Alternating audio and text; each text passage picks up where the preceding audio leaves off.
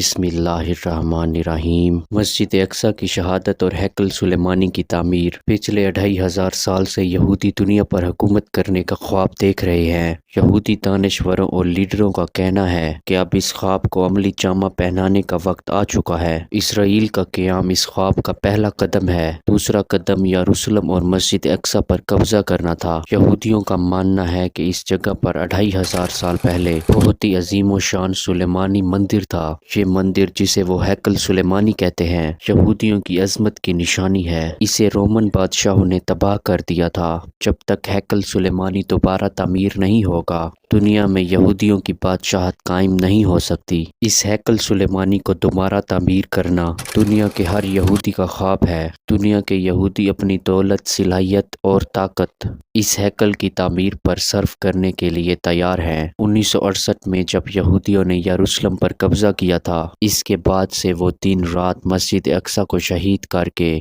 ہیکل سلیمانی تعمیر کرنے کی سازشیں کر رہے ہیں۔ اس سازش میں امریکی یہودی پیش ہیں، جو اس خواب کو پورا کرنے کے لیے اربوں ڈالر خرچ کر رہے ہیں۔ یہودیوں کا ماننا ہے کہ ہیکل سلیمانی آسمان سے اترے گا اور پھر یہودیوں کی عظمت کا دور شروع ہوگا، جو 2000 برس تک قائم رہے گا۔ یہودی دنیا کی سب سے سپر پاور طاقت بن جائیں گے۔ اس کے بعد قیامت آئے گی اور دنیا تباہ ہو جائے گی۔